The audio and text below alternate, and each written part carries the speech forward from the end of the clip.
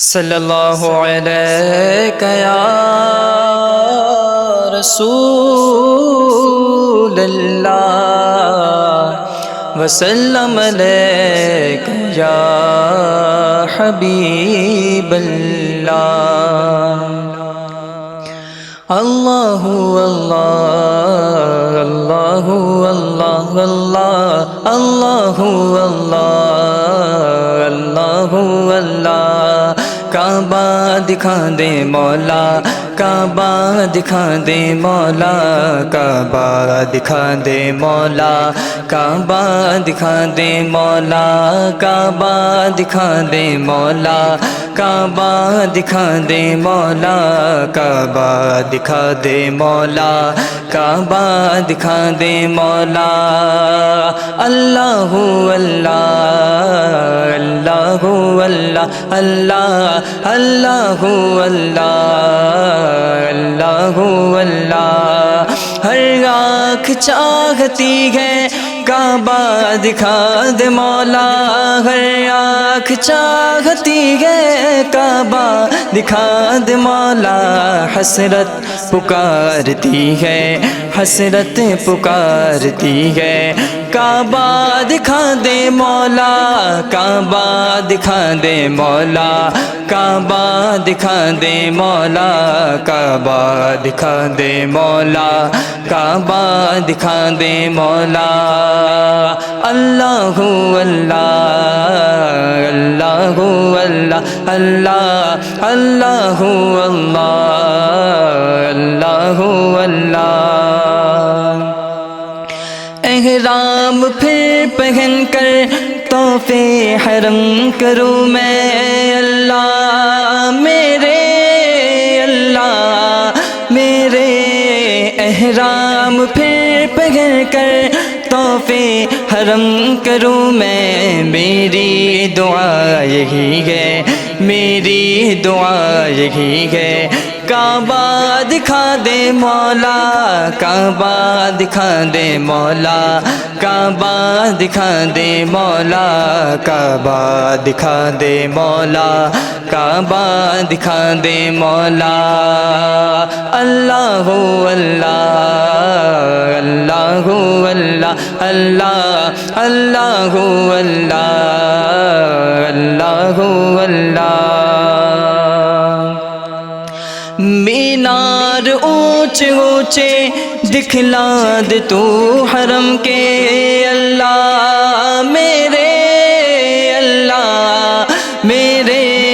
مینار اونچے اونچے دکھلا دے تو حرم کے، پستی میں زندگی ہے، پستی میں زندگی ہے۔ کعبہ دکھا دے مولا، کعبہ دکھا دے مولا، کعبہ دکھا دے مولا، کعبہ دکھا دے مولا، کعبہ دکھا دے مولا۔ اللہ اللہ اللہ اللہ اللہ اللہ اللہ اللہ۔ یاد حرم میں آنسو بہنے کو رو رہے گے، یاد حرم میں آنسو بہنے کو رو رہے گے۔ ایک آگ سی لگی ہے، ایک آگ سی لگی ہے۔ کعبہ دکھا دے مولا، کعبہ دکھا دے مولا، کعبہ دکھا دے مولا، کعبہ دکھا دے مولا، کعبہ دکھا دے مولا۔ اللہ اللہ اللہ اللہ اللہ اللہ اللہ اللہ۔ حالات کا ہمارا دامن میرا ہے خالی، حالات کا ہمارا دامن میرا ہے خالی۔ اللہ میرے اللہ میرے، حالات کا ہمارا دامن دامن میرا ہے خالی، اسباب کی کمی ہے، اسباب کی کمی ہے، کعبہ دکھا دے مولا، کعبہ دکھا دے مولا، کعبہ دکھا دے مولا، کعبہ دکھا دے مولا، کعبہ دکھا دے مولا۔ اللہ اللہ اللہ اللہ اللہ اللہ اللہ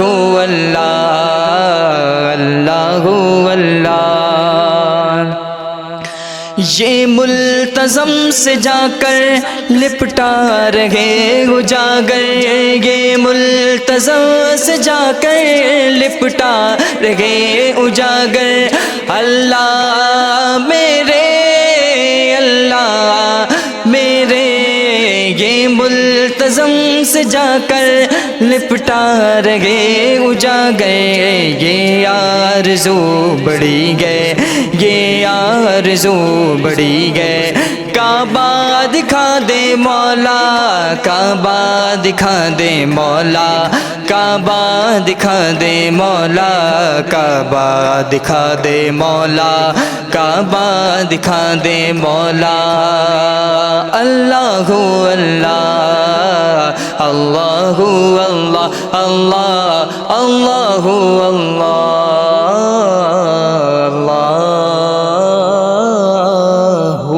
اللہ۔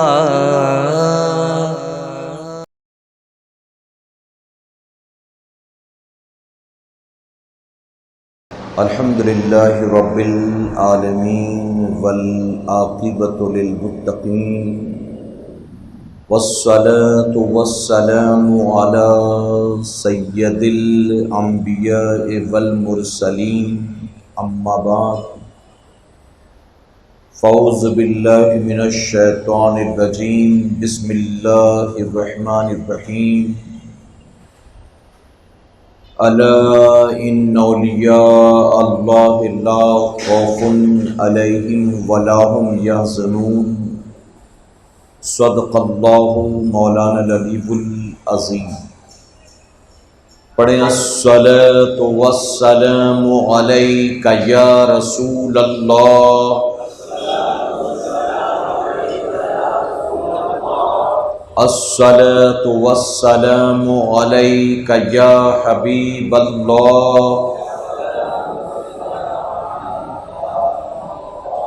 الصلاۃ والسلام علیک یا نبی اللہ،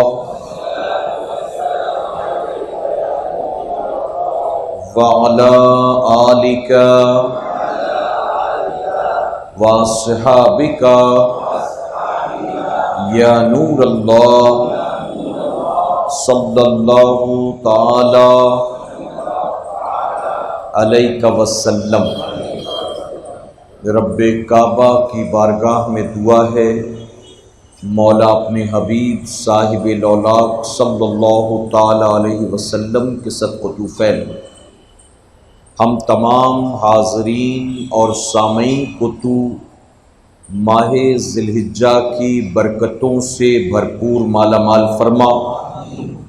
مولا اس سال جتنے تیرے بندے اور بندیاں حج ادا کر رہے ہیں، جو قربانی دینے والے ہیں، مولا ان سب کے حج اور قربانی کو اپنی بارگاہ میں شرف قبولیت نصیب فرما، اور اس سال جو بھی تیرا مقبول بندہ یا بندی حج جیسے عظیم فریضے کو ادا کر رہے ہیں، مولا ان کے صدقے موت آنے سے پہلے ہم غریبوں، ناتواں، کمزوروں کو بھی حج کی سعادت نصیب فرما، اور ماتھے کی نگاہوں سے گنبد خضرا کی زیارت نصیب فرما۔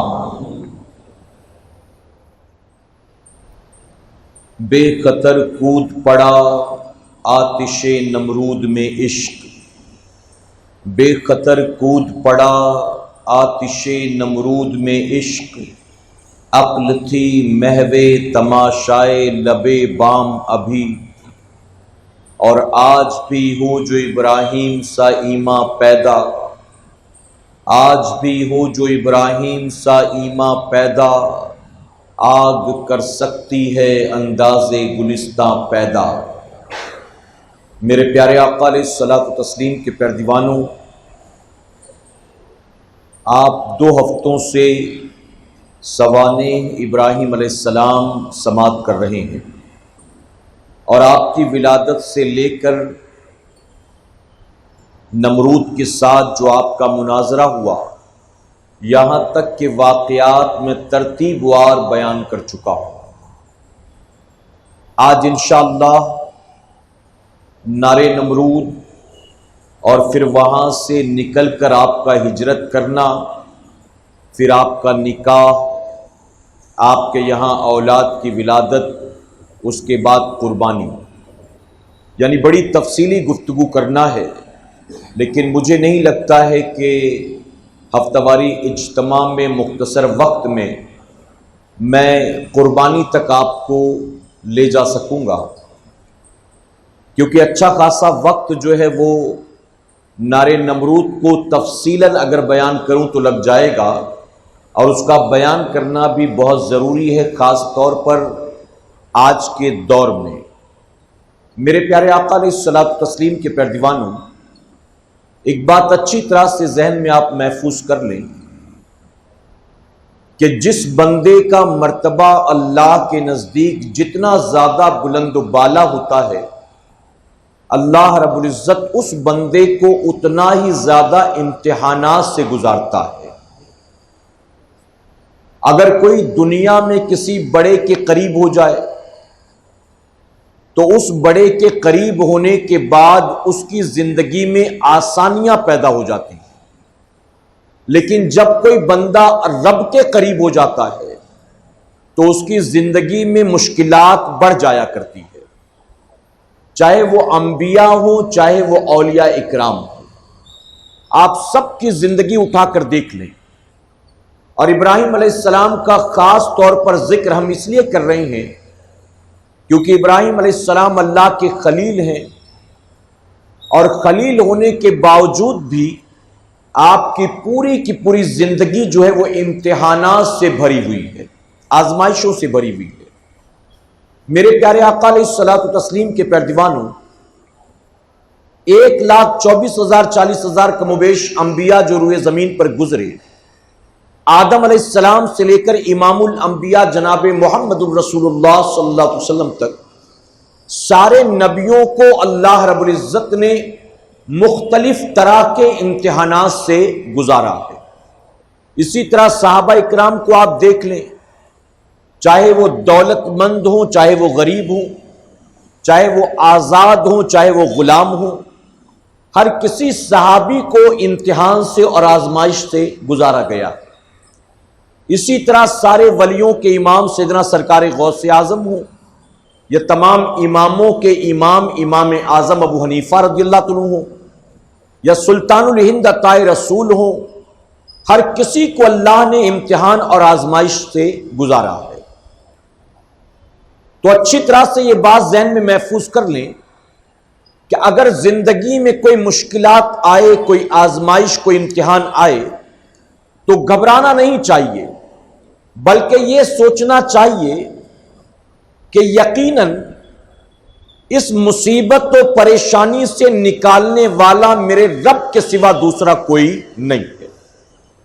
یہ آزمائش بھی اللہ کی طرف سے ہے، اور اس سے بآسانی نکالنے والا بھی میرا پروردگار ہے۔ میرے پیارے آقا علیہ الصلوۃ والتسلیم کے پیردیوانوں، آپ موجودہ حالات دیکھ لیں ہمارے اپنے ملک کے، یوں لگتا ہے کہ جو موجودہ گورنمنٹ ہے، اس گورنمنٹ کو اپنے بیوی بچوں سے زیادہ یا اپنے مذہب کے ماننے والوں سے کئی گنا زیادہ اگر فکر ہے تو صرف مسلمانوں کی فکر ہے۔ اور میرے پیارے آقا علیہ الصلوۃ والتسلیم کے پیردیوانوں، مسلمانوں کی فکر کے نام پر مسلمانوں ہی کی زندگی کو تباہ برباد کرنے کے منصوبے کیے جا رہے ہیں۔ بتائیے غلط تو نہیں کہہ رہا ہوں میں؟ اب میں ایک ایک کر کے نہیں بتاتا کہ وہ کون کون سے مسائل، لیکن ہر طرف سے گھیرنے کی کوشش مسلمانوں کو ہی کی جا رہی ہے۔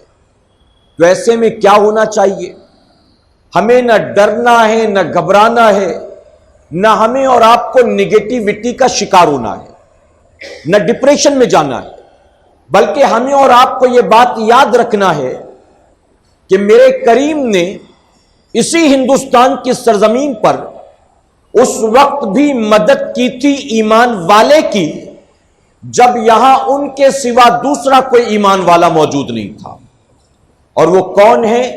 میرے غریب نواز کی ذات ہے۔ تو جب ہر طرف کفر اور شرک کا بول بالا تھا، جب ہر طرف اللہ کے نافرمان پھل پھول رہے تھے، ان کی حکومت تھی، ان کا اقتدار تھا، ان کے پاس فوج تھی، ان کے پاس سب کچھ تھا، ایسے میں میرے رب نے اپنے سچے پکے بندے کو ثابت قدم رکھا، اور ان کے مقابلے میں جو بھی آیا رب تبارک تعالیٰ نے اسے ذلیل خوار کیا، اور میرے غریب نواز کو اللہ نے عزت عطا فرمایا ہے۔ تو آج پھر وہی دور گویا لوٹ کر آیا ہے۔ میرے پیارے آقا علیہ الصلوۃ والتسلیم کے پیروانوں، حد تو یہ ہے کہ جو کچھ بابر نے کیا اس کا بدلہ ہم سے لینے کی کوشش کی جا رہی ہے، جبکہ ہم اور آپ بابر کی اولاد نہیں ہیں۔ ہمارا اور آپ کا رشتہ ہے بابر سے تو صرف کلمے کا رشتہ ہے، ورنہ ہم میں کوئی بابر کی اولاد تو نہیں ہے نا۔ ہم میں یہاں جتنے بیٹھے، کیا کوئی اورنگزیب رحمۃ اللہ علیہ کی اولاد میں سے ہے؟ کوئی اکبر کی اولاد میں سے ہے؟ کوئی شہاب الدین گوری کی اولاد میں سے ہے؟ تو میرے پیارے آقا علیہ الصلوۃ والتسلیم کے پیروانوں، اب ان کا نام لے کر آج کے دور کے مسلمان کو اگر مارا کاٹا جائے اور کہا جائے کہ ہم ان کا بدلہ لے رہے ہیں، تو یہ بتائیے سراسر ظلم اور زیادتی ہے کہ نہیں ہے؟ یقیناً یہ ظلم ہے۔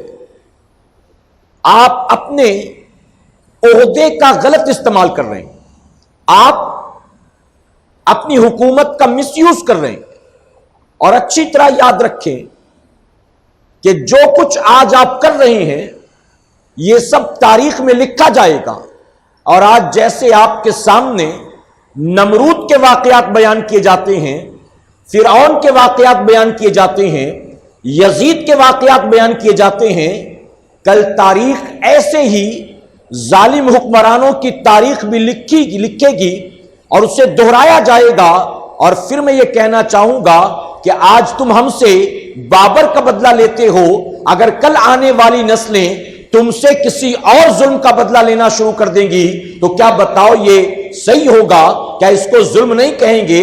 کیا اس کو بے دیانتی نہیں کہیں گے؟ میرے پیارے آقا علیہ الصلوۃ والتسلیم کے پیروانوں، تو آج بھی ویسا ہی ماحول اور ویسے ہی حالات بنائے جا رہے ہیں۔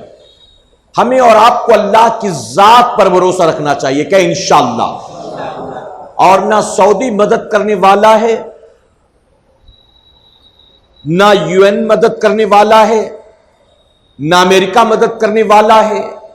اس کی وجہ کہ یہ دنیا کے تمام اقتدار والے حکمران جو بھی ہیں، میرے رب کے سامنے یہ سب کے سب کمزور ہیں۔ میرے رب سے بڑھ کر طاقتور کوئی دوسرا نہیں ہے، اور رب جس کی مدد کرنا چاہے، کیا بتائیے کوئی اس کا کچھ بگاڑ سکتا ہے؟ اور رب جب کسی کی مدد نہ کرنا چاہے تو پوری دنیا مل کر بھی اس کی مدد نہیں کر سکتی ہے۔ 313 مجاہدین کی مدد میدان بدر میں کس نے کیا تھا؟ اللہ نے کیا تھا۔ اسی طرح سے ہندوستان جب آئے تو غریب نواز کی مدد کس نے کیا تھا؟ اللہ نے کیا تھا۔ میرے پیارے آقا کے پیروانوں، تو وہی رب جو میدان بدر میں 313 مجاہدین کی مدد کرتا ہے، وہی ہمارا رب ہماری مدد کے لیے بھی کافی ہے۔ تو ہمیں یہ بات اچھی طرح سمجھ لینی چاہیے کہ جس کے رتبے ہیں سوا، اس پہ سوا مشکل ہے۔ جس کے درجات جتنے زیادہ بلند ہوں گے، اس کے لیے سختیاں اتنی ہی زیادہ ہوں گی، اس کے لیے مصیبتیں اتنی زیادہ ہوں گی۔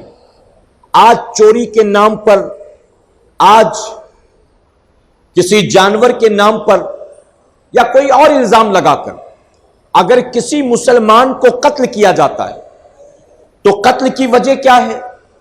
قتل کی وجہ صرف ایک ہے کہ وہ کلمہ پڑھنے والا ہے، اور اس کلمے کی بنیاد اس کو قتل کیا جا رہا ہے. بتائیے غلط تو نہیں کہہ رہا ہوں میں؟ اس کلمے کی بنیاد. تو اب یاد رکھیں کہ اگر آپ نے کلمہ پڑھا ہے اور آپ نے دنیا کے باطل معبودوں کا انکار کیا ہے اور ایک اللہ کی وحدانیت کا آپ نے اعلان کیا ہے، تو زندگی میں چیلنجز ضرور آئیں گے، آزمائش ضرور آئے گی، مشکلات ضرور پیش آئیں گی، اور ہمیں اور آپ کو اس میں ثابت قدم رہنا ہے اس یقین کے ساتھ کہ ہمارا رب ہمارے لیے کافی ہے.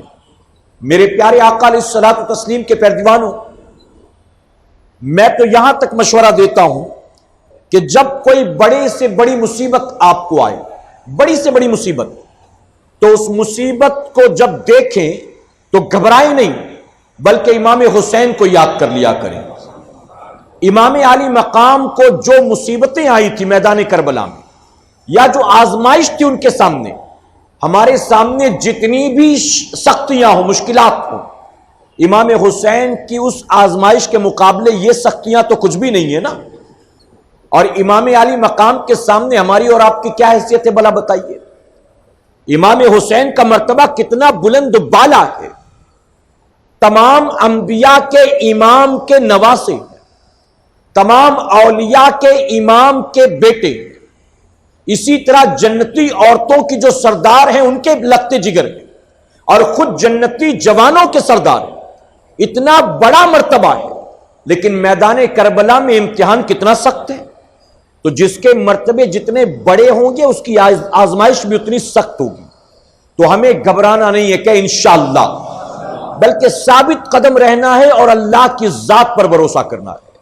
اور میرے پیارے آقا علیہ الصلوۃ والتسلیم کے پیروانوں، یہ ممکن ہے ہی نہیں کہ بندہ اپنے رب سے اپنی ساری امیدیں وابستہ کر دے اور رب تبارک تعالیٰ اس کی مدد نہ کرے.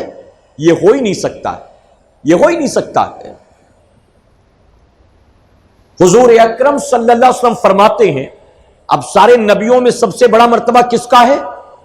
حضور اکرم صلی اللہ علیہ وسلم کا. لیکن میرے آقا صلی اللہ علیہ وسلم ارشاد فرماتے ہیں کہ جن امتحانات سے تمام نبیوں کو گزارا گیا ہے، تنہا مجھے ان تمام امتحانات سے گزارا گیا ہے.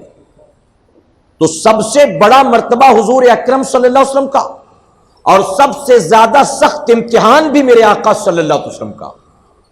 ایک صحابی حاضر ہوئے حضور اکرم صلی اللہ علیہ وسلم کی بارگاہ میں اور عرض کرتے ہیں، یا رسول اللہ صلی اللہ علیہ وسلم، میں آپ سے بے انتہا محبت کرتا ہوں. تو حضور اکرم صلی اللہ علیہ وسلم نے فرمایا، کیا کہا تم نے؟ عرض کرتے ہیں، یا رسول اللہ صلی اللہ علیہ وسلم، میں آپ سے بے انتہا محبت کرتا ہوں. حضور اکرم صلی اللہ علیہ وسلم نے دوبارہ فرمایا، کیا کہا تم نے؟ وہ پھر جواب دیتے ہیں، یا رسول اللہ صلی اللہ علیہ وسلم، میں آپ سے بے انتہا محبت کرتا ہوں. تو حضور اکرم صلی اللہ علیہ وسلم نے فرمایا کہ ٹھیک ہے، اگر تم اپنے دعوے میں سچے ہو تو پھر آزمائش کے لیے تیار ہو جاؤ. یعنی یہ ہو ہی نہیں سکتا ہے کہ تم اللہ اور اس کے رسول سے محبت کرو اور زندگی بھر مرغ مسلم کھاتے رہو، زندگی بھر حلوہ زردہ بریانی پلاؤ کھاتے رہو. تمہارا امتحان ہونا، تمہاری آزمائش ہونا. ارے کوئی بچہ نرسری سے اگر جونیئر میں آتا ہے، سینئر میں آتا ہے، فرسٹ میں آتا ہے، سیکنڈ میں آتا ہے، تو اس کو بھی آگے امتحانات کے ذریعے بڑھایا جاتا ہے. ایک بچہ اسکول سے نکل کر کالج میں جاتا ہے تو اس کو بھی امتحان کے ذریعے کالج میں داخلہ ملتا ہے. پھر کالج سے نکل کر کسی یونیورسٹی میں جاتا ہے تو بھی امتحانات سے گزرتا ہے. کوئی ڈگری ڈپلوما حاصل کرتا ہے تو بھی امتحانات سے گزرتا ہے. کوئی اللہ کا ولی بن جائے اور امتحان ہی نہ ہو، کوئی اللہ کا نبی ہو اور امتحان ہی نہ ہو، کوئی صحابیت کے مقام پر اور امتحان ہی نہ ہو، یہ ہو ہی نہیں سکتا. تو آزمائش ہوگی، سختیاں آئیں گی، ہمیں اور آپ کو ثابت قدم رہنا ہے. ابراہیم علیہ السلام کی سوانح بیان کرنے کا اصل مقصد یہی ہے کہ ہم سبق حاصل کریں اور ہم ذہنی طور پر اپنے آپ کو تیار کر لیں کہ جب اللہ خلیل کا امتحان لیتا ہے، جب اللہ کلیم کا امتحان لیتا ہے، جب اللہ حبیب کا امتحان لیتا ہے، تو ہماری اور آپ کی تو کوئی حیثیت ہی نہیں ہے. اور میں تو یہاں تک کہتا ہوں میرے بھائی، کبھی کبھی پریشانی آتی تو لوگ ایک دوسرے کو صبر کی تلقین کرتے ہیں اور کہتے ہیں کہ ڈرو مت، گھبراؤ مت، اللہ امتحان لے رہا ہے. اللہ امتحان لے رہا ہے. لوگ یوں کہتے ہیں, میں تو کہتا ہوں کہ اللہ امتحان ان کا لیتا ہے جو امتحان کے لائق ہوتے ہیں. ہم اور آپ کیا اللہ کے امتحان کے لائق ہیں؟ ہماری اوقات ہے کہ ہم اللہ کو امتحان دیں؟ تو ہماری تو کوئی حیثیت نہیں, ہم اس لائق نہیں کہ اللہ ہمارا امتحان لے. یہ تو چھوٹی چھوٹی روزمرہ کی زندگی کی پریشانیاں ہیں. لوگ ڈپریشن میں چلے جاتے ہیں, لوگ سگریٹ پینا شروع کر دیتے ہیں, لوگ شراب پینا شروع کر دیتے ہیں, لوگ دوستوں یاروں کو چھوڑ کر آوارہ گردی کرنا شروع کر دیتے ہیں. ارے میں نے تو صرف بروں کو برائیاں کرتا نہیں دیکھا, میں نے تو ایسے ایسے نمازی بھی دیکھے ہیں کہ اگر زندگی میں کوئی پریشانی آ جائے نا تو چہرے سے داڑھی منڈا دیتے. زندگی میں کوئی پریشانی آ جائے نا نمازیں چھوڑ دیتے. اور پھر ان سے پوچھو کہ یار یہ کیا کیا تم نے, کیا ہو گیا تمہیں, پاگل ہو گئے ہو؟ تو جواب ملتا ہے کہ کیا ملا مجھے داڑھی رکھ کر, معاذ اللہ, کیا ملا مجھے داڑھی رکھ کر, کیا ملا مجھے نمازیں پڑھ کر؟ اتنی نمازیں پڑھتا ہوں لیکن میں پریشان ہوں. اور وہ ایک وقت ہی نہیں پڑھتا ہے, مزے کی زندگی گزار رہا ہے. وہ تو شراب پیتا ہے, اس کا دھندا زور و شور میں چل رہا ہے. وہ تو جوا بھی کھیلتا ہے, پھر بھی اس کے گھر میں برکت ہو رہی ہے. ہم اور آپ فوراً جو ہے گھبرا جاتے ہیں. میرے پیارے آقا علیہ الصلوۃ والتسلیم کے پیارے دیوانوں, تو ہم امتحان کے لائق نہیں ہیں. یہ تو زندگی کی چھوٹی چھوٹی پریشانیاں ہیں اور اس میں بھی ثابت قدم رہیں گے. یقیناً اللہ ہماری مدد فرمائے گا. اور زندگی کھا کر بھی گزر سکتی ہے اور بھوکے رہ کر بھی گزر سکتی ہے. بتائیے ہے کہ نہیں؟ زندگی روزانہ نئے کپڑے پہن کر بھی گزر سکتی ہے اور عید بقرہ عید میں پرانا جوڑا پہن کر بھی گزر سکتی ہے. غلط تو نہیں کہہ رہا ہوں میں؟ اگر عید کی نماز پڑھنے کے لیے کوئی پرانا کپڑا پہن کر آ جائے, کیا امام صاحب باہر کر دیں گے اس کو؟ اور اگر کوئی نیا جوڑا پہن کر آ جائے, کیا پہلی صف میں بلا لیں گے اس کو؟ تو زندگی تو کھا کر بھی گزر سکتی ہے اور بنا کھائے بھی, غربت میں بھی, امیری میں بھی, خوشی میں بھی, تکلیف میں بھی. یہ بہت مختصر ہے, جیسے تیسے میرے بھائی گزر ہی جائے گی, جیسے تیسے گزر جائے گی. لیکن جو اس کے بعد کی زندگی ہے نا, وہ ہمیشہ کی زندگی ہے اور وہی اصل زندگی ہے. ابھی بارش کا موسم ہے, آپ یو پی وغیرہ میں جائیں, بہار وغیرہ میں جائیں, جہاں پر لوگ چاول کی کھیتی کرتے ہیں, ان سے پوچھو کیا کر رہے ہو؟ کرکٹ کھیل رہے ہو, کیرم کھیل رہے ہو, سیر و تفریح کر رہے ہو؟ تو کہیں گے نہیں, ابھی تو دھان لگانے کا سیزن ہے, ہم تو چاول کی کھیتی میں لگے ہوئے مصروف ہیں. فوراً فصل لگا دیں تاکہ بارش ہو تو اس کا فائدہ اٹھا سکیں, اور اگر فصل ہو گئی اچھے سے تو سال بھر گزارا ہو جائے گا. بہن کی شادی بھی ہونا ہے, اس کے لیے بھی میں نے چاول لگایا الگ سے اچھے قسم کا, اور باقی سال بھر گزارا بھی اسی چاول سے ہوتا ہے. اور تھوڑا بہت بچ جاتا ہے تو بیچ کر بازار سے کچھ پیسے بھی آتا جاتے ہیں. ان سے پوچھو کہ اتنی محنت کیوں؟ تو کہتے ہیں کہ اسی کھیتی اور اسی فصل پر پورا سال ڈیپینڈ کرتا ہے. ایک مثال دی میں نے سمجھانے کے لیے. ہم اور آپ جو دنیا میں آئے نا 40 45 50 60 سال کے لیے, یہ صرف اور صرف ہمیں اور آپ کو اللہ نے نیکیاں کمانے کے لیے زندگی دی ہے, اور اسی پر بعد والی پوری زندگی ڈیپینڈ کرتی ہے. اگر یہ سیر و تفریح میں گزار دیا, آوارہ گردی میں گزار دیا, پب جی, لوڈو, فیس بک, واٹس ایپ کے چکر میں گزار دیا, تو یاد رکھنا اس کے بعد والی ہمیشہ کی زندگی بھی تباہ برباد ہو جائے گی. اور اگر اس زندگی میں آزمائش کو, مشکلات کو, پریشانیوں کو مسکراتے ہوئے برداشت کیا, اللہ کی ذات پر بھروسہ رکھا, اللہ یہاں صبر دے گا, اور بعد مرنے کے صبر کے اجر میں اللہ جنت کی نعمت عطا فرمائے گا. ابراہیم علیہ السلام ہر امتحان سے مسکراتے ہوئے گزرتے. آپ نے سنا نمرود سے مناظرہ ہوا, مناظرے میں آپ نے نمرود کو شکست دی. آپ نے فرمایا میرا رب وہ ہے جو سورج کو مشرق سے اگاتا ہے, مغرب میں ڈباتا ہے. اگر تو خدا ہونے کا دعوے دار ہے تو اس کا اپوزٹ کر کے دکھا, اس کا برعکس کر کے دکھا. تو سورج کو مغرب سے نکال دے, مشرق میں ڈبا دے. وہ لاچار ہو گیا, لاجواب ہو گیا, کچھ بھی نہیں تھا اس کے پاس جواب. کیا کرتا؟ ظلم پر اتر آیا, ظلم پر اتر آیا. آج کے حکمرانوں نے یہی ساری چیزیں نمرود سے سیکھا ہے. جب بات نہ بنے تو ظلم کرنا شروع کر دو، گرفتار کر لو، جھوٹے کیسز لگا دو، جرمانہ لگا دو، قید میں ڈال دو، مارو پیٹو، ظلم کرو، زیادتی کرو، یہ بات مان جائے گا۔ جب وہ لاجواب ہو گیا، سب کے سامنے ذلیل ہوا، تو کہا ابراہیم کو گرفتار کرو۔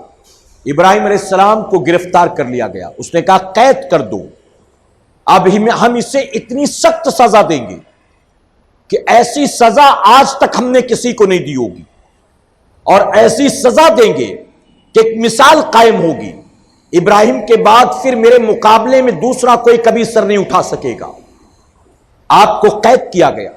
اس کے بعد درباریوں سے کہا کہ بتاؤ، کوئی سزا بتاؤ، سخت سے سخت سزا کون سی ہو سکتی ہے؟ تو لوگوں نے مختلف مشورے دیے۔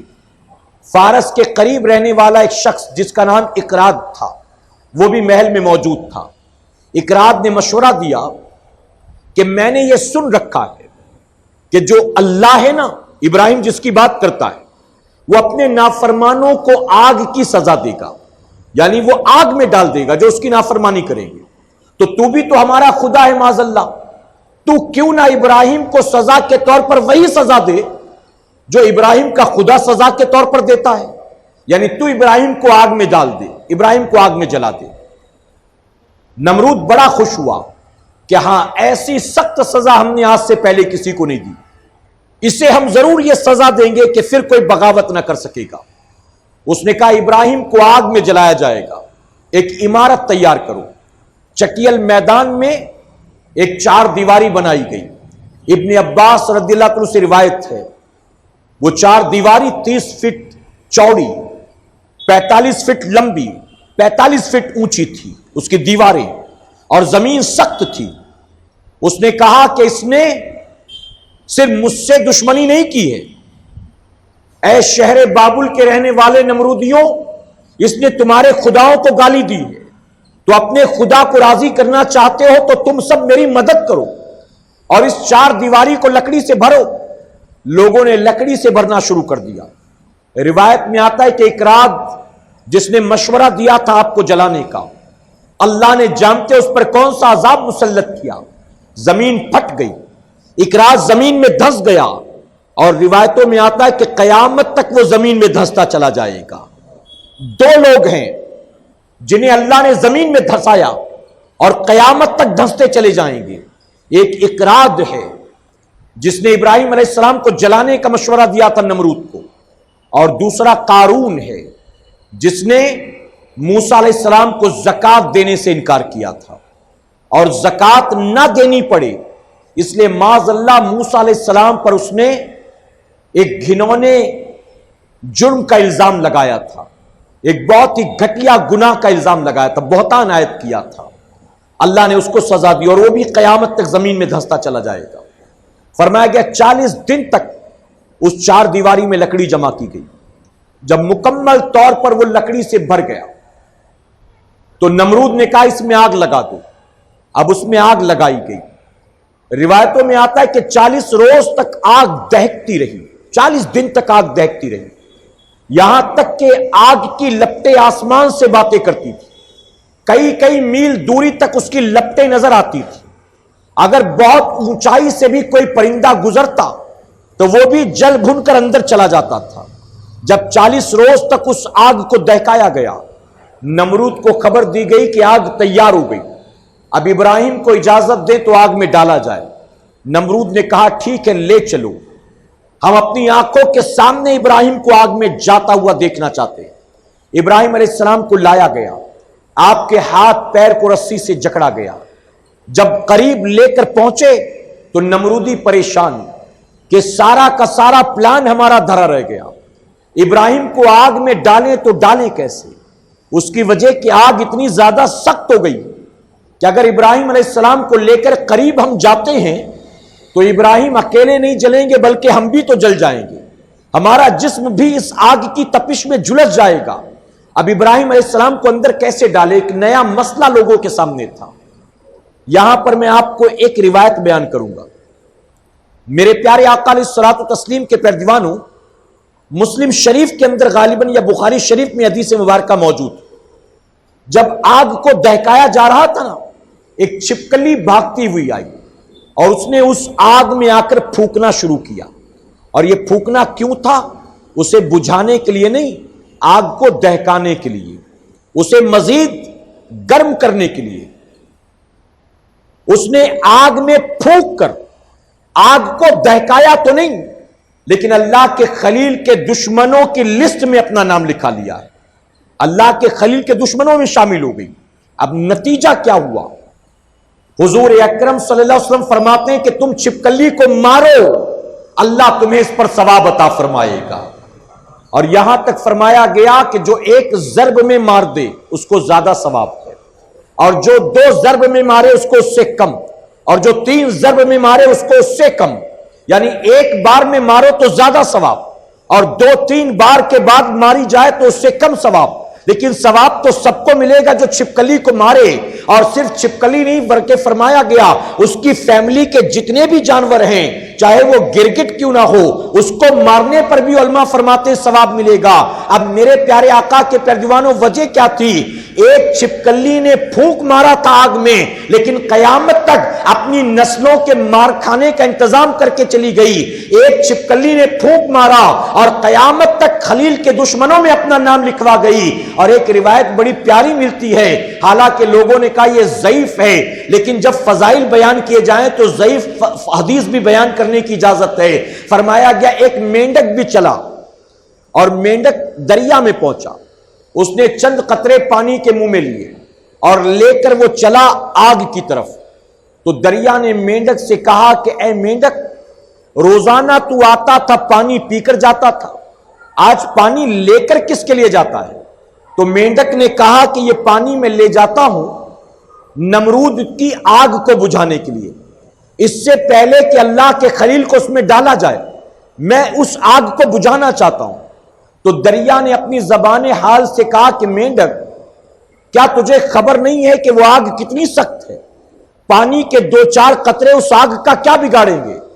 تو مینڈک کہتا یہ تو میں بھی جانتا ہوں کہ پانی کے 2-4 قطرے آگ کو بجھا نہ سکیں گے، لیکن میں پھر بھی یہ 2-4 قطرے یہ 2-4 قطرے پانی کے ڈال کر کم سے کم اللہ کے خلیل کے چاہنے والوں میں اپنا نام تو لکھا لوں گا. کہ چھپکلی نے پھونک کر دشمنوں کی لسٹ میں نام لکھوا لیا، اور مینڈک نے پانی کے چند قطرے چھڑک کر عاشقوں میں اپنا نام لکھوا لیا. اب مینڈک کو کیا انعام ملا؟ حدیث مبارکہ میں آتا ہے، حضور صلی اللہ علیہ وسلم فرماتے ہیں تم مینڈک کو نہ مارا کرو کہ وہ کثرت کے ساتھ اللہ کا ذکر کیا کرتا ہے. باقاعدہ یہ حدیث شریف ہے بخاری شریف میں کہ مینڈک کو نہ مارو، وہ کثرت کے ساتھ اللہ کا ذکر کرتا ہے. آج بھی آپ دیکھیں بارش کے موسم میں شہروں میں تو کم نظر آتے ہیں، گاؤں دیہات میں مینڈک جب نکلتے ہیں بچے پتھر لے کر چلتے ہیں پیچھے پیچھے مارنے. تو مائیں اپنے بچوں سے کہتی ہیں بیٹا مینڈک کو مت مارنا، مینڈک کو مارو گے تو کان پک جائے گا. بتائیے سنا ہے کہ نہیں سنا آپ نے؟ یہ نہیں کہتی بیٹا اس کو مت مارو ثواب ملے گا، بیٹا یہ اللہ کا ذکر کر رہا ہے مت مارو. وہ جانتی بچہ ہے، اگر فضائل بتاؤں گی، حدیث شریف ہے بخاری شریف میں بتاؤں گی، سمجھ میں نہیں آئے گا، اس لیے ڈراتی ہیں. جیسے کہتی نا کبھی بیٹا سو جاؤ نہیں تو فلاں آ جائے گا، اس کمرے میں مت جانا ورنہ وہ آ جائے گا، کھانا کھا لو ورنہ وہ آ جائے گی، یوں ڈراتے ہیں نا. تو ماؤں نے یہ طریقہ نکالا کہ مینڈک کو نہ مارو ورنہ کان پک جائے گا. حالانکہ مینڈک سے کان کا کوئی کنیکشن تو نہیں ہے نا، کان کا کوئی کنیکشن ہے؟ اچھا مینڈک کو مارنے سے کان پکتا ہے تو بکرا ذبح کرنے سے بڑی بیماری ہونی چاہیے تھی کوئی، اور بڑا جانور ذبح کرتے تو کچھ اور بڑی بیماری ہونی چاہیے. تو جانور کا ہمارے جسم کی بیماریوں سے دکھ درد سے کوئی کنیکشن نہیں، لیکن ماؤں نے مینڈک کو مارنے سے بچانے کے لیے کہا، یہ طریقہ نکالا. بہرحال مینڈک مار کھانے سے بچ گیا. چند قطرے ڈالے تھے ایک مینڈک نے، لیکن غلاموں میں نام لکھا کر قیامت تک سارے مینڈکوں کو مار کھانے سے وہ بچا گیا ہے. اس لیے ہم اور آپ بھی یہ غور کریں کہ اپنا نام امام حسین کے عاشقوں میں لکھانا ہے شربت پلا کر، یا شربت سے روک کر اپنا نام یزید کے چاہنے والوں میں لکھانا ہے. ہمیں بھی غور کرنا چاہیے. ہمیں 11ویں اور 12ویں میں جلوس نکال کر جھنڈے لگا کر نیاز کرا کے اللہ کے حبیب اور سیدنا سرکار غوث اعظم کے عاشقوں میں نام لکھانا ہے یا اس کے خلاف فتوے میسج کر کے لوگوں کو روکنا ہے اور گستاخوں میں اپنا نام لکھانا ہے؟ میرے پیارے آقا کے پیروانوں، ارے چھپکلی نے دشمنی کی تو اس کی نسل قیامت تک پٹتی رہے گی، اور مینڈک نے غلامی کا ثبوت دیا تو اس کی نسل قیامت تک بچتی رہے گی۔ ہم اور آپ 11ویں منائیں گے، نبی کی میلاد منائیں گے، ہماری نسلوں کو اللہ قیامت تک برکت عطا فرمائے گا۔ اور میلاد دل سے منا لو، اللہ قیامت تک نسلوں کے ایمان و عقیدے کی حفاظت فرمائے گا۔ ہماری نسلوں میں کوئی گستاخ پیدا نہیں ہوگا انشاءاللہ اگر دل سے منا لو گے نبی کی میلاد کو۔ تو ابراہیم علیہ السلام کو لایا گیا، اب پریشان کہ ڈالا جائے تو کیسے؟ تو شیطان مردود آیا، اور شیطان آیا تو جانتے ہو کس شکل میں آیا تھا؟ اس نے سفید لباس پہن رکھا تھا، بال بھی سفید تھے، چہرے پر داڑھی بھی سفید تھی۔ وہ آیا شیخ کی شکل میں، بزرگ کی شکل میں۔ اب شیطان کا نام سنتے ہو تو آپ کی آنکھوں کے سامنے ایک ڈراؤنی صورت آتی ہے نا، کالے کپڑے والا، بڑے بڑے دانت، بڑی بڑی آنکھیں، بکھرے بال، یہی شکل ہوتی ہے۔ لیکن اس گیٹ اپ میں نہیں آیا، بلکہ اچھا بن کے آیا، سفید بال، سفید داڑھی، سفید لباس، کوئی بزرگ لگتا آیا، اور نمرودیوں سے آ کر کہتا ہے کہ میں تمہیں ایک راستہ بتاتا ہوں، ابراہیم کو آگ میں ڈالنا نا، میں تمہیں راستہ بتاتا ہوں، تمہیں کچھ بھی نہیں ہوگا اور تمہارا کام بھی پورا ہو جائے گا۔ انہوں نے کہا بتاؤ؟ اس نے کہا منجنیق تیار کرو۔ منجنیق کو آپ یوں سمجھ سکتے ہیں جیسے جھولے کی شکل یا گلیل کی شکل یا توپ کی شکل۔ اس نے کہا منجنیق تیار کرو، ابراہیم کے ہاتھ پیر کو باندھو، اس پر بٹھاؤ اور زور سے ہوا میں جھلاؤ، اور جھلا کر دور سے ان کو اچھال دو۔ ابراہیم علیہ السلام ہوا میں اچھل کر جائیں گے، آگ میں گر جائیں گے، اور تمہیں قریب جانے کی ضرورت بھی نہیں پڑے گی۔ ان لوگوں کو یہ آئیڈیا بہت اچھا لگا، فوراً جو ہے اس کے مشورے پر منجنیق تیار کی گئی۔ روایتوں میں آتا ہے کہ یہ پہلی بار تھا جو زمین پر منجنیق کو تیار کیا گیا، اس کے بعد جنگوں میں اکثر یہ چیز تیار کی جانے لگی، لیکن یہ پہلی بار شیطان کے مشورے پر نمرودیوں نے بنایا تھا۔ ابراہیم علیہ السلام کو منجنیق تیار کرنے کے بعد لا کر اس پر بٹھایا گیا۔ حدیث مبارکہ میں آتا ہے سوائے جنات و انسان کے کائنات کی ہر مخلوق پکار اٹھی، اے اللہ اپنے خلیل سے اور کون سا سخت امتحان تو لینے والا ہے۔ وہ دیکھ رہے تھے کہ تھوڑی دیر کے بعد ابراہیم علیہ السلام اس آگ میں اچھال دیے جائیں گے، اور اتنی سخت آگ ہے کہ پھر نہ جانے انجام کیا ہوگا۔ تمام مخلوق پکار اٹھی، زمین کے ذرات چیخ پڑے، یہاں تک کہ فرشتوں نے اللہ کی بارگاہ میں درخواست کی، اے اللہ اس امتحان سے اپنے خلیل کو بچا لے، زمین پر تیرے خلیل کے سوا تیرا کوئی سجدہ کرنے والا نہیں ہے، اب اگر انہیں بھی ظالموں نے جلا دیا تو پھر تیری عبادت کون کرے گا؟ ان کے سوال پر رب نے کوئی جواب نہیں دیا، اس کی وجہ کہ فرشتے جو بظاہر ہو رہا تھا وہ دیکھ رہے تھے، اور اس کے پردے میں جو چھپا تھا وہ میرا پروردگار دیکھ رہا تھا۔ رب نے کوئی جواب نہ دیا، تو اس پر فرشتوں نے کہا مولا اگر تیری اجازت ہو تو ہم تیرے خلیل کی مدد کریں، تیری اجازت ہو تو ہم ہی کچھ مدد کر دیں۔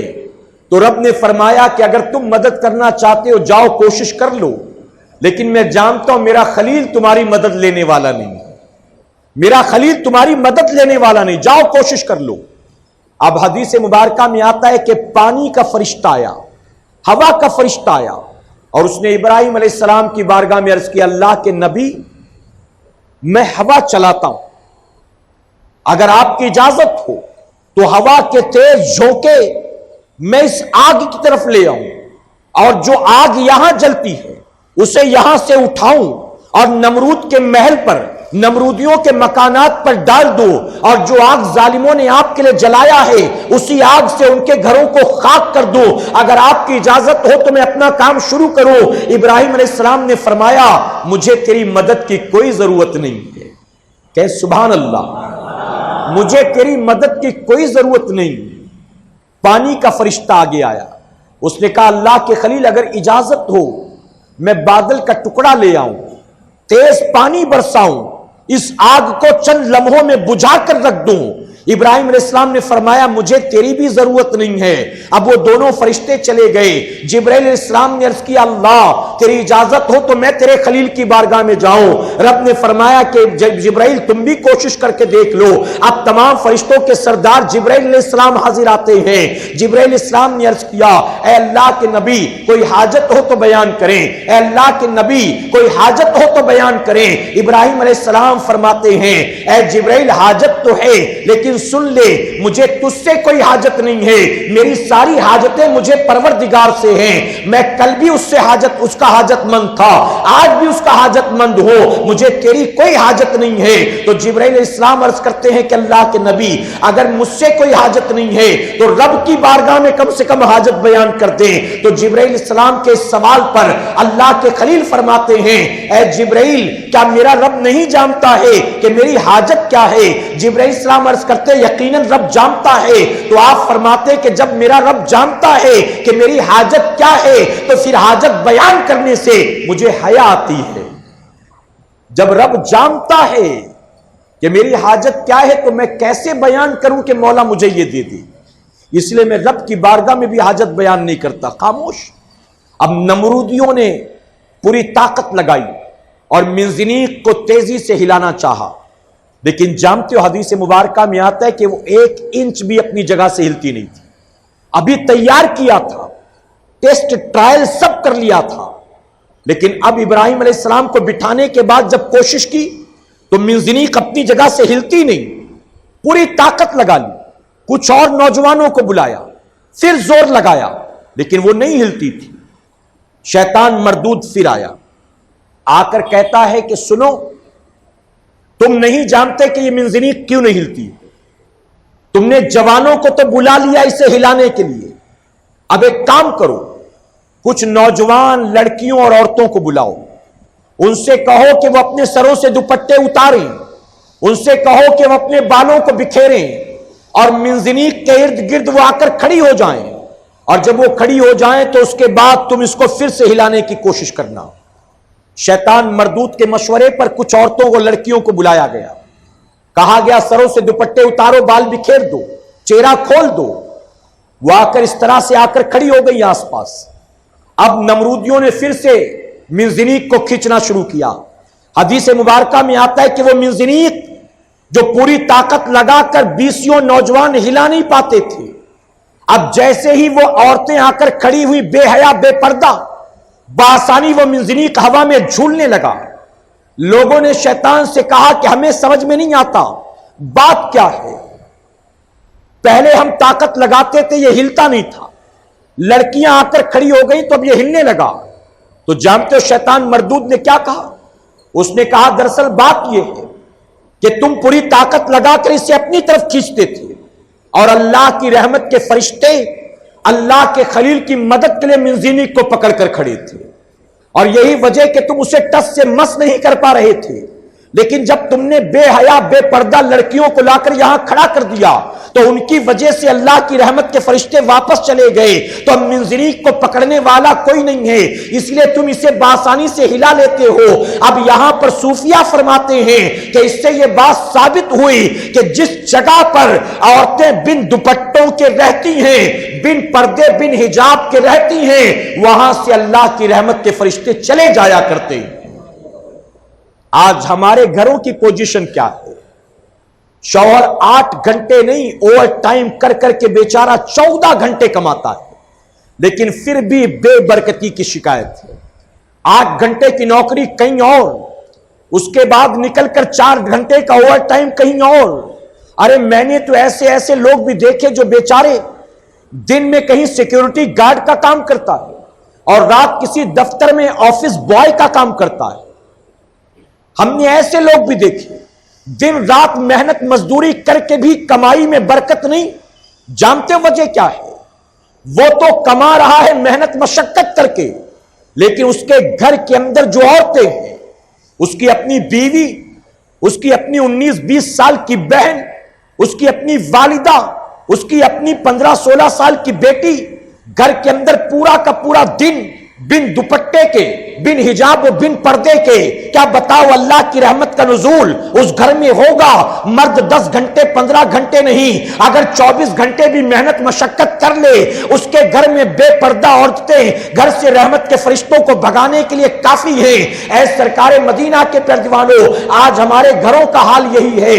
عورت آٹا گوندتی ہو تو دوپٹہ نہیں ہوتا، روٹی بیلتی ہو تو دوپٹہ نہیں ہوتا، دال چاول چنتی ہو تو دوپٹہ نہیں ہوتا. یہاں تک کہ صرف یہی نہیں ہے کہ گھر کی 4 دیواری میں آج عورتیں بے دوپٹے کے رہتی ہیں. ہماری گلیوں میں دیکھ لو، بازاروں میں دیکھ لو، فنکشن ہال میں دیکھ لو، ارے نکاح ولیمے میں دیکھ لو، چلے اور منگنی میں دیکھ لو.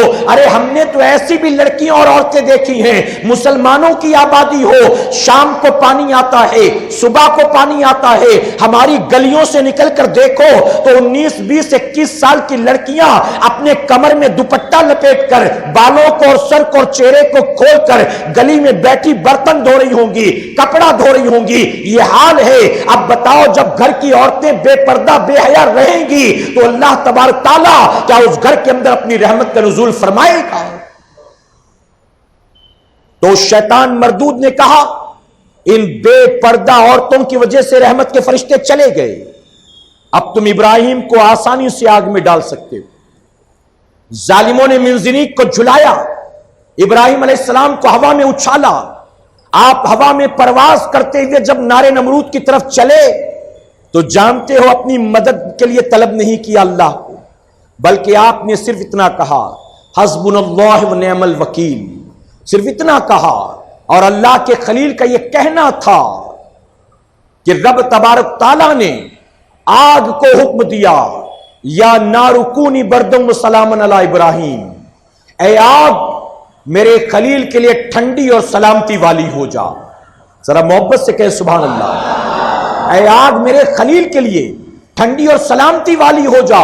حدیث مبارکہ میں آتا اس سے پہلے کہ ابراہیم علیہ السلام آگ کے قریب پہنچتے 2 فرشتے آ گئے، انہوں نے آپ کے بازو کو پکڑا ہے اور آگ کے اندر آپ کو اتارا ہے. جانتے ہو جب اتارنے لگے تو حال یہ تھا کہ باہر تو آگ جلتی تھی اور اندر کا سارا حصہ اللہ نے خلیل کے لیے باغ میں تبدیل کر دیا تھا. آپ کو اتارا گیا، ایک پتھر پر بٹھایا گیا اور اس کے قریب میں اللہ نے ایک پانی کا چشمہ جاری کر دیا، ایک ٹھنڈے پانی کا چشمہ. تھوڑی دیر پہلے نمرودی دیکھ رہے تھے جو آگ کے بڑے بڑے شعلے تھے، اب کوئی نرگس کا پھول بن گیا تھا، کوئی چمیلی کا پھول بن گیا تھا، کوئی گلاب کا پھول بن گیا تھا. اللہ کے خلیل کے ارد گرد چاروں طرف پھول ہی پھول تھے، ہریالی ہریالی تھی. اور صرف اتنا نہیں، چونکہ اللہ کے خلیل کو وہاں 40 یا 50 دن رہنا تھا تو 40 اور 50 دن اکیلے نہ رہ سکیں گے، اس لیے اللہ رب العزت نے ایک فرشتے کو بھیجا اور اس کے چہرے کو بھی ابراہیم علیہ السلام کی شکل میں تبدیل کر دیا. اور وہ آیا ابراہیم علیہ السلام کے قریب بیٹھ گیا اور وہاں ان کو کمپنی دے رہا تھا، وہاں ان سے بات چیت کر رہا تھا. اچھا، ایک آدمی کو ہزارہ نعمتوں کے ساتھ ایک محل میں قید کر دو تو وہ بھی ایک دن اکتا جائے گا اور کہے گا میں جھگی جھوپڑی میں رہنے کو تیار ہوں، لیکن مجھے اپنے جیسے انسانوں کا ساتھ چاہیے.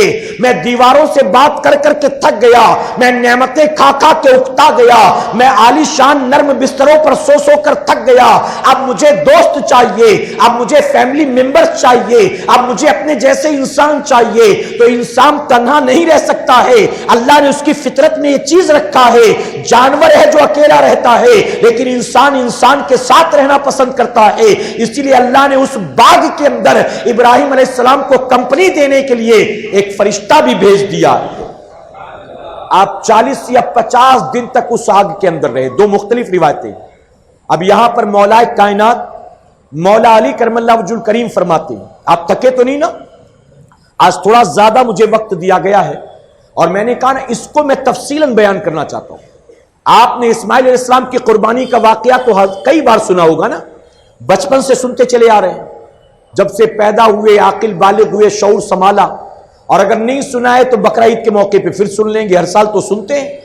میں نے دیکھا اکثر بقرہ عید میں وہی بیان کیا جاتا ہے. ابراہیم علیہ السلام نے خواب دیکھا، صبح اٹھ کر اونٹ ذبح کیا، پھر سوئے، پھر خواب دیکھا، پھر اونٹ ذبح کیا، پھر تیسری رات آپ کو واضح طور پر کہا گیا کہ اللہ تمہارے بیٹے کی قربانی چاہتا ہے.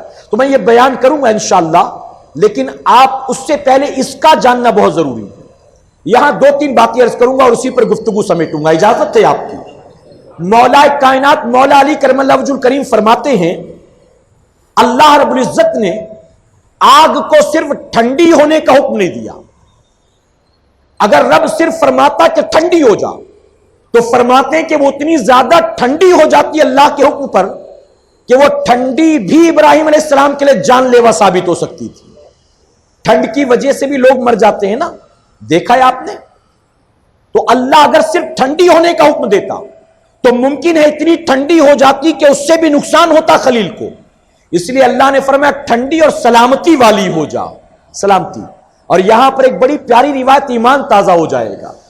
جب رب نے آگ کو ٹھنڈا ہونے کا حکم دیا نا تو فرمایا گیا صرف نارے نمرود کی آگ ٹھنڈی نہیں ہوئی، بلکہ اس وقت زمین پر جہاں جہاں آگ جلتی تھی وہ ساری آگ بجھ گئی، ساری آگ بجھ گئی. اس دنیا کی پوری آگ اس وقت بجھ گئی.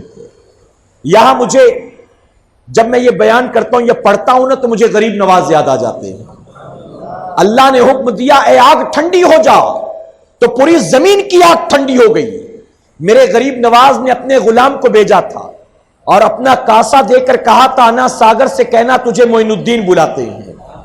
تو تاریخ میں آتا ہے کہ صرف انا ساگر کا پانی آپ کے کوزے میں نہیں آیا تھا، بلکہ اس وقت تمام راجستھان کے مختلف شہر اور مختلف علاقے والے جن جن لوگوں نے انا ساگر کا پانی اپنے اپنے گھر کے برتنوں میں بھر رکھا تھا، اللہ کے ولی کے حکم پر ان کے برتنوں اور گھروں کا وہ سارا پانی بھی غریب نواز کے کوزے میں آ گیا ہے.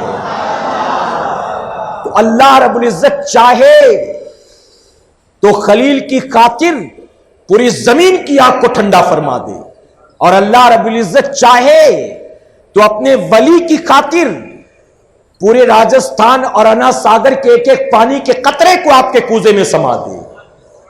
میرے پیارے آقا کے پیروانوں، ابراہیم علیہ السلام اندر بیٹھے رہے.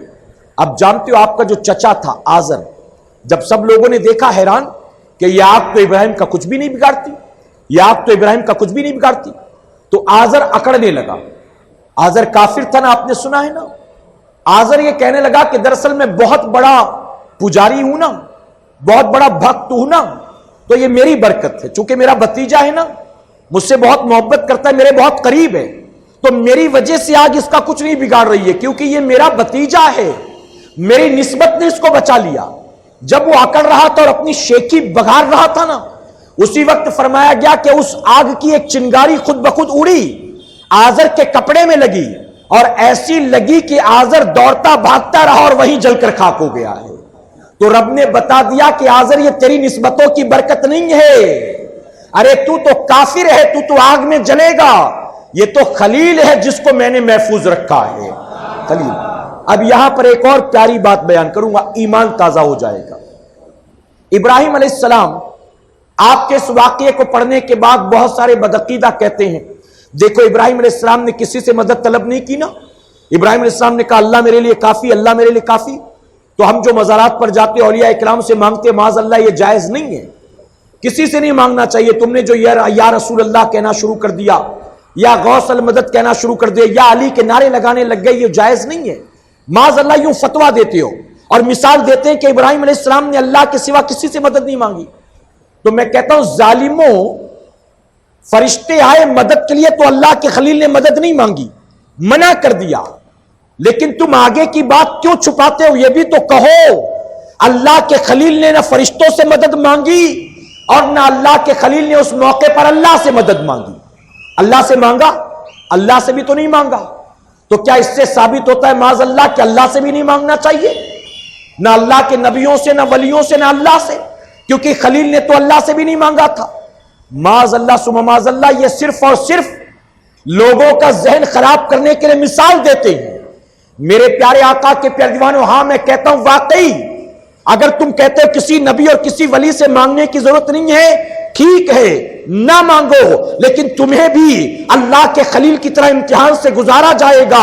چلو ہم تمہیں آگ میں نہیں ڈالتے، ہم تمہیں ایک چاقو مار دیتے ہیں، اللہ سے مدد مانگنا، پولیس سے مدد مت مانگنا، کورٹ کچہری میں مت جانا، ہمارے خلاف FIR مت کرانا، ہم تمہیں پکڑ کر باندھ کر خوب پیٹیں گے، صرف اللہ سے مدد مانگتے رہنا، اللہ تمہاری مدد کرے گا تو ہم بھی رجوع کر لیں گے۔ اور اگر پولیس اسٹیشن تم جاؤ گے تو تمہیں بھی ماننا پڑے گا کہ اللہ رب العزت یقیناً مدد کرتا ہے، لیکن اللہ تبارک تعالیٰ کی عطا سے اللہ کے نبی بھی مدد کرتے ہیں اور اللہ کے ولی بھی مدد کرتے ہیں۔ ورنہ یہ جھانسا دینے کے اس طرح کی بات کرتے ہیں۔ ابراہیم علیہ السلام 40 یا 50 دن اس کے اندر تھے۔ نمرودیوں نے کہا کہ یہ آگ جو ہے نا کسی کا کچھ نہیں بگاڑے گی، چاہے کوئی بھی چلا جائے کچھ نہیں ہوگا، یہ کہہ کر جبرن ایک بوڑھے کو انہوں نے ڈھکیل دیا۔ آزر تو جل کے مرا تھا، وہ بوڑھا بھی جل کر مر گیا۔ انہوں نے سمجھا کہ ابراہیم کا کچھ نہیں ہوتا تو اپنا بھی کچھ نہیں ہوگا، لیکن وہ بوڑھا بھی جل کر راکھ ہو گیا۔ نمرود محل کی چھت پر بیٹھا سب کچھ دیکھ رہا تھا۔ اس نے اوپر سے آواز لگائی، اس نے کہا ابراہیم کیا تم باہر آ سکتے ہو؟ اس نے سوچا کہ اندر کا حصہ تو باغ بن گیا ہے، باہر نکلیں گے تو آگ کے گولے اور شولے تو ہے نا راستے میں، کیا تم باہر آ سکتے ہو؟ ابراہیم علیہ السلام فرماتے کہ ہاں میں آ سکتا ہوں۔ تو کہا ٹھیک ہے آؤ۔ ابراہیم علیہ السلام اٹھے اور اطمینان سے باہر چلے آئے۔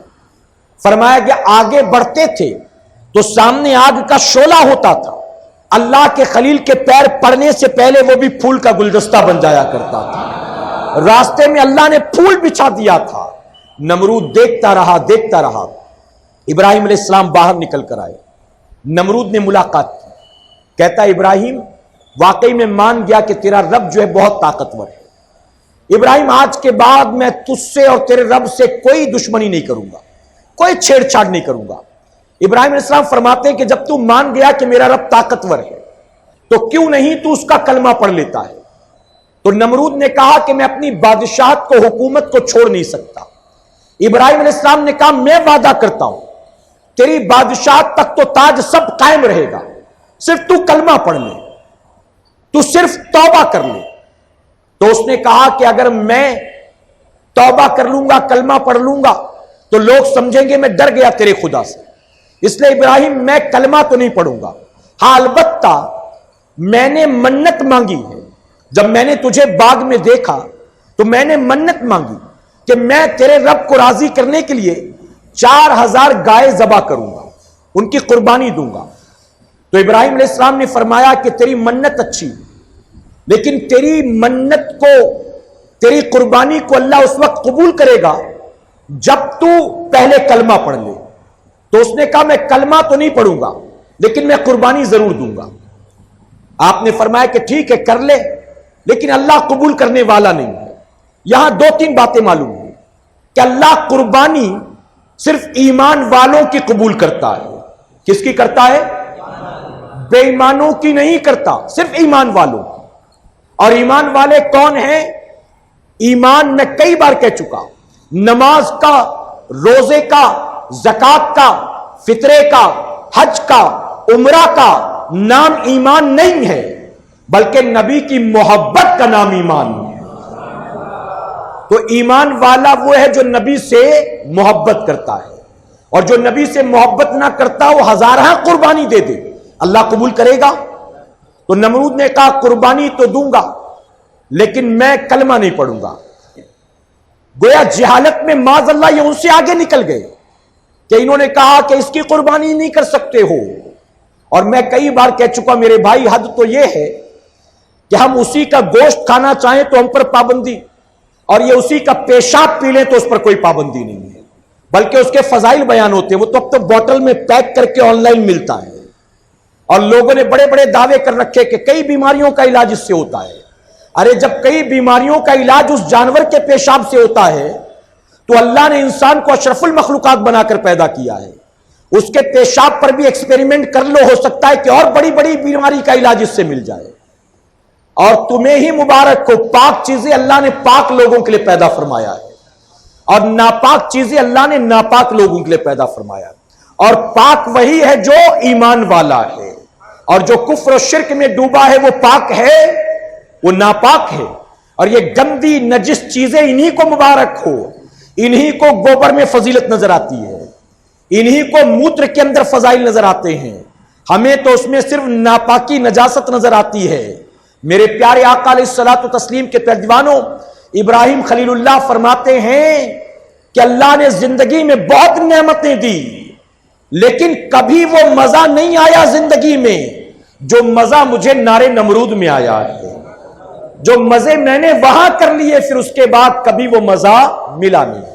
بہرحال ابراہیم علیہ السلام باہر آئے اور اس کے بعد ایک نیا امتحان، ایک نیا سفر، ہم اگلے ہفتے انشاءاللہ اس کو سماعت کریں گے، چونکہ اس پر جو آج میں نے بیان کیا آپ نے تفصیلی خطاب نہیں سنا ہوگا۔